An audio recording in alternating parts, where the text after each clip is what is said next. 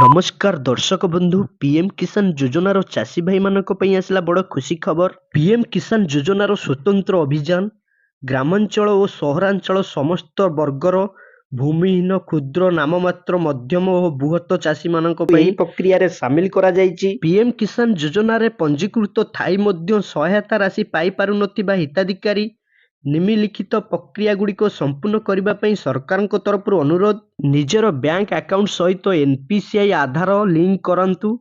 निजर जमी जमा संबंधी तथ्य कृषक ओडिशा पोर्टाल रे अपडेट करंतु। पीएम किसान पोर्टाल रे निजर केवाईसी संपूर्ण करंतु। जो चाषी भाई मानकर एई सब जिनस अपडेट नाही सेमानकु पीएम किसान योजनार टंका मिली परिबो नाही। पीएम किसान योजना स्वतंत्र अभियान अवधि 31/12/2024 पर्यंत वृद्धि करा जायछि। एही समय सीमा भितर आपणकर डॉक्यूमेंट जहाँकि अपडेट करबा पई पड़िबो। आपणकर जदि बैंक सहित आधार संयोग होई नाही, एनपीसीआई रे लिंक नाही आपणकर अकाउंट, प्रथमे आपणकु बैंक को जाई डेबिट लिंक कराई नियंतु। आपणक पाखर थिबा जमी संबंधी तथ्य कृषक पोर्टाल रे अपडेट करबा पई अनुरोध। जेउ चाषी भाई माने एपर्यंत केवाईसी करिनांती पीएम किसान योजना रे तुरंत केवाईसी कराई नियंतु, जहाँकि मिलबा पई जाउची 19तम किस्ती पीएम किसान योजनार।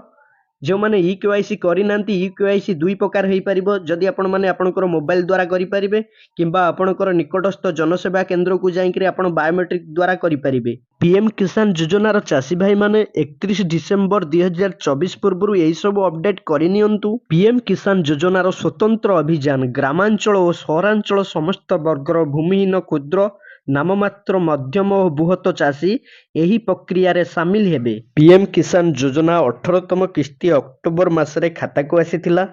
जदि यही योजना देशार जाए ताहले 19तम किस्ती फेब्रुआरी जारी होई पारे। भारत सरकार देशर लोकंग पई अनेक योजना करिसंती।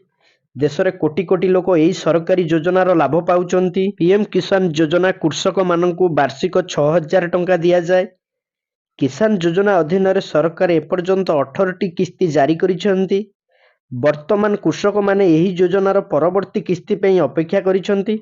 वर्तमान कृषक माने 19तम किस्ती पई अपेक्षा करिसंती।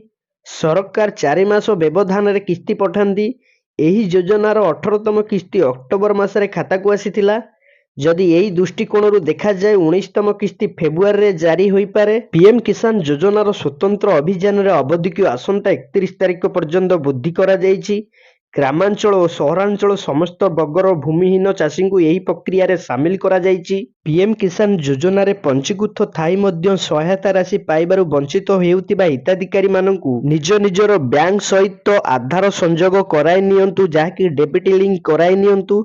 जमी जमा संबंधी तथ्य कृषक ओडिशा पोर्टाल रे अपडेट करिबा तथा pmkisan.gov.in पोर्टाल रे केवाईसी संपूर्ण करने को राज्य सरकार पक्षरु अनुरोध करा जायछि। एथिपाई हेल्पलाइन नंबर मध्य जारी करा जायछि।